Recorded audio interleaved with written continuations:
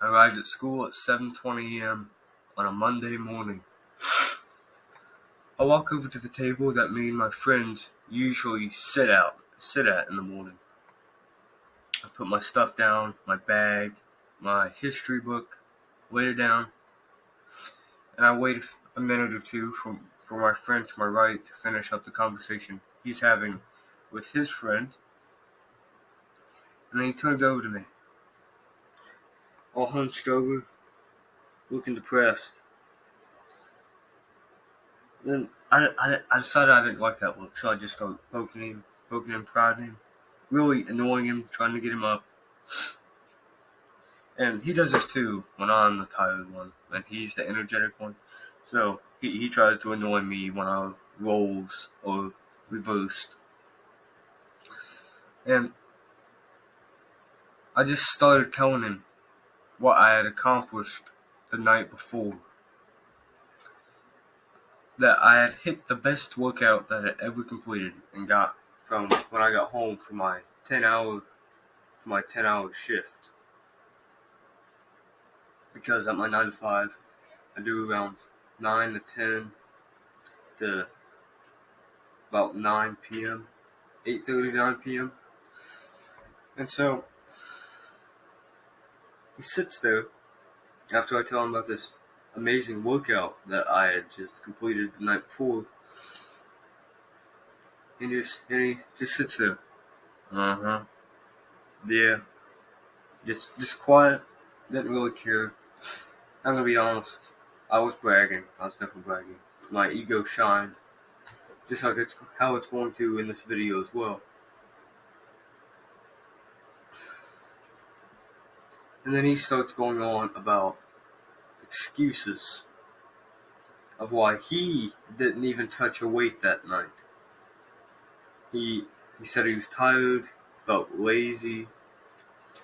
After he'd ate dinner, he felt like going to sleep.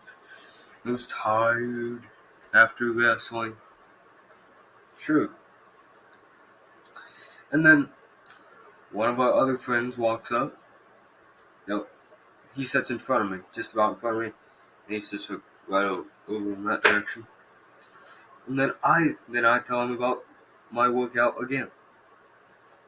And then he just sits there, and he also just sits there and starts making excuses. He says, well, I have 2 hours of baseball every day, this and that. He was tired, and he just plopped down in his bed after baseball. And he was tired, he fell asleep, then he woke up, didn't feel like doing it. And then, like I said, my weekend work days are 8 to 12 hours per day. And I still found time to put in my workout and get my work in. Right. And they didn't. Baseball for 2 hours, a little exhausted, a little winded. And so the main point I'm trying to make in this video is to stop making excuses. And you need to always be getting after it. Because there's someone who's always going to be better than you and who's going after it when you want. They get the money you want. They get the partner you want. They get the house you want. They get the car you want. They get the pet, the animal you want. They get the furniture, the wealth, the luxury that you want. Because you wanted to sit there for another hour or two, eating popcorn, eating your Reese cups and sweets while watching a movie. While you're sitting there at 10 p.m. watching a movie, someone else is up grinding and doing work. And I got this main philosophy here from David Goggins.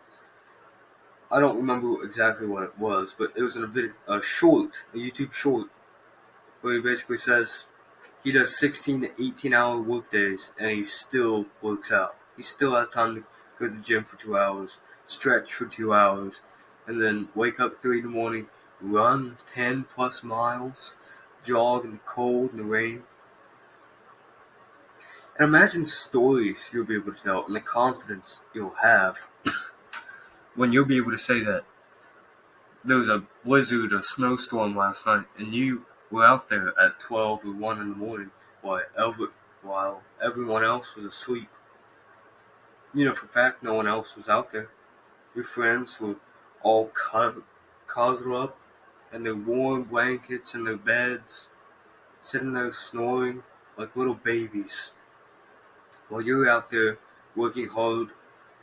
And then, well, you'll see in the future, you reap the benefits of that, and they'll see it, and then they'll start falling behind because they didn't put the work in like you did.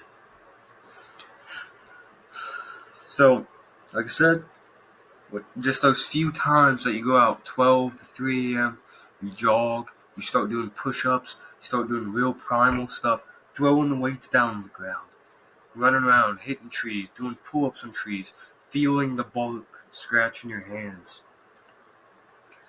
while everyone else is just sleeping comfortably, living their 9 to 5 normal lives, and then going on to complain about it when they have done nothing to change it.